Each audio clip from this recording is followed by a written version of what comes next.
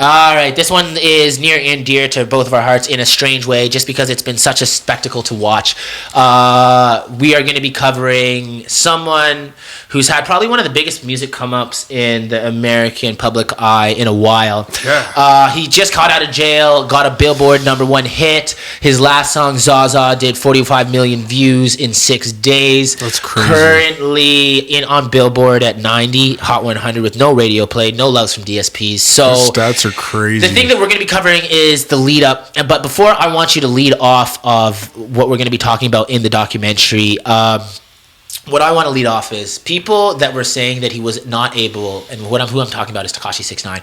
People who were saying that he was not able to have a career after him snitching and whatnot are ridiculous. Because what you got to realize is music labels, they sell to a demographic that's 25 years old that is predominantly white. So those people who are purchasing music don't give a shit about street politics. They still stream the music. They still buy the tickets.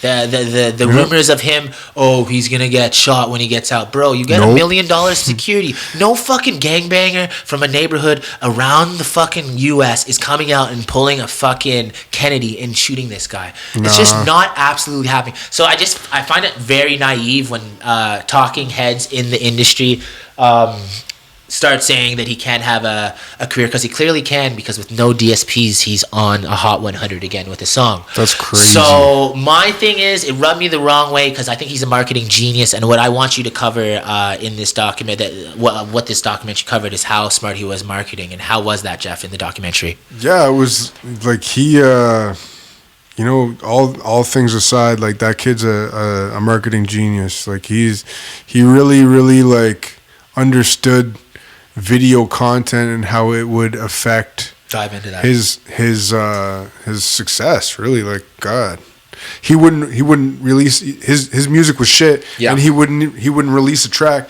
unless it had a video with it. And then he'd put all his like effort and everything like that into making these videos. This is before getting involved with the Bloods and all this stuff. It's actually a pretty crazy documentary, because it like breaks down these things within people that we just like the bad guy as 100%. And as a culture. Conor McGregor, Floyd, and we love the bad on. guy. You know what I mean? Like, and he even says it at one point. He's like, nobody gives a shit about what Batman's doing. They're all watching the Joker. You know what I mean? Wow, great quote. That's a great quote. They're all watching, like, you know what I mean? You're rooting for the Joker for some reason. There's a weird, like, sort of underlying, like, why do they have so many serial killer documentaries? Right. You know what I mean? Girls like, between 25 and 35. Love watching it. People love like dark shit, man, and it's a weird thing, man. Like we have an obsession, with dark stuff. Well, the thing about his music videos are they're just so crazy and they're so vivid. Like even from the beginning when he was doing like just my all favorite shock rock shit. It's just like it's Kudu was crazy. Manson fucking shit, like, it was Marilyn Manson sort of weird shit. It's intriguing to look at. I will say that. He makes clothing good music too. People who say he doesn't make company like that. AIDS across the front, or like Scumbag, or or the shark like, now, very vivid, it's just like black on white sort of stuff. So there was like he knew what he was doing the whole way, of course, and that's what people the whole way. If you can't see someone like kind of playing dumb and then like because his videos were so like a lot of it was just him and like some shit that he had thought up. Yeah. It was like his videos were pretty. There was a lot going on, you know. Like, but eventually, whenever he realized how many views the like gang shit was getting, of course he's gonna roll like fucking let them like kind of like commandeer the whole thing. Like okay, But when he met this Shawty, is what I want to be. I want to be famous. He wasn't going for. He wasn't really going for. No. But the thing is, what he met Shawty, and he realized these guys can give me some sort of street credibility that I can't have. That plus the fucking bodies in the video.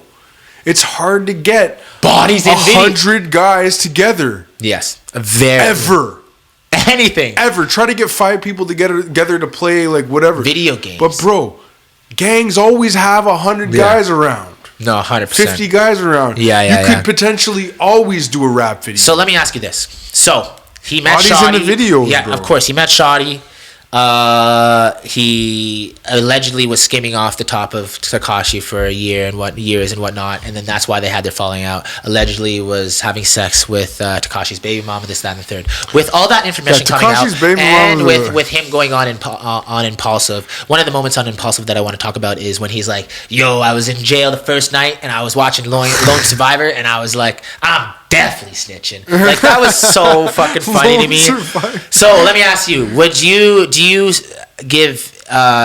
give empathy to his situation in terms of his decision to snitch? No, of course not, bro. It's although, do I think that there's like everybody, like snitching is what, you know what I mean? Like, he told like the other guy was telling on him, he told on them back. They were both like back and forth snitching. It was like a snitch fight. You know what I mean? So it was like, at the same time. So much for we don't bend, we don't fold. Bro, like 40, 50 years, man, all these motherfuckers are snitching. I'm pointing. I'm like, that guy did it at this time, like, and his name is this. And I'll say that every time. A lot of people, of course, there's like some solid dudes here and there, you know what I mean? But like, people make like a huge like sort of martyr out of like Meek Mill. Bro, he popped a wheelie. Yeah. But then he on probation. Yeah. He got a year, bro. Like, that's bro, you were on probation, dog. Like, yeah. I got, you know how many times I went back to jail because I was on a bail? Just like had a cell phone on me. Oh, you weren't allowed to sell. Like, stuff like that. Those are little things. Those are the conditions that you get. Really? So whenever you get conditions like that, you're gonna go to jail, bro. It's not a big deal. Yeah. Like, if you're involved in it. So let me say this: where do you see him going in the sense of he's out now? Everything that people said was going to happen is not happening. When shows start back, he's going to sell them out. Depending, his album didn't do great last, but he did have some Billboard hits on it, so that's not a fail in any means. You know what? What do you think is going to happen? The thing. Anytime that there's been an artist that has put out this kind of energy, they're successful. For a bit, and then they die. Think early. So? 2017, 2021. He's been around for 4 years. Went away for 2. I know, but I'm just saying, like, there's going to be a time where he's not protected, I think he better keep affording it. I think it's sad. I think it's that sad to say, but like, I do think that, like, anytime you're putting out this much negative energy, it comes back, bro. Look at Tupac. Tupac was doing like the sort of like motivational sort of stuff in the beginning and stuff like that. Then he got tied up in the gang shit. So, thug life, sideways, motherfucker, cry, pays. You know what I mean? Like, whenever he started doing all that stuff, then that's what came to him was that dark side of the rap game. You know what I mean? Like, so let me ask you this: closing arguments here. I think he's gonna probably catch it at some point. Really, it's hard to say. I really, as long as he stays successful, which I think he can. Hopefully, he stays with some security. Hopefully, he's a smart. He's a smart kid. He's been popping since 2017. It's 2021. We're almost 5 years of him, and people said he was gonna last a year. People said Chief Keef was gonna go a year and go away, but Chief Keef is still rich. He's not doing as much musically, but he's still a pioneer of the culture. Actually, it was Charlemagne that said that Chief Keef was going away after a year, but he didn't. He's still a very prominent figure that we look up to in the hip hop culture. This, that, and the third. But I say that to say this: it's going to be interesting to see what happens. I don't know. Like, I think these shows. I would love to. Would you not love to go to a show? I don't know about that. I probably wouldn't pay for tickets and shit like really? that. I'll be honest. I'd love to go. But his show looks fucking incredible. Right? It's like it's up there with Travis Scott. It's up there with Travis Scott. I'll be quite honest. It's actually just not my cup of tea. My style of show to go to. I'm an old head, bro. I like to go to the show where everybody just stands around and stays to them damn self. You know what I mean? No cap. I'm not trying to go to a fucking show where everybody starts moshing and all that stuff. It's cool whenever you're younger, but after you get a certain age, man, you know who you are, and what sort of shows you want to go to and stuff like that. All right. Well, with that being said, let's move on to another podcast, civil war going on in a podcast.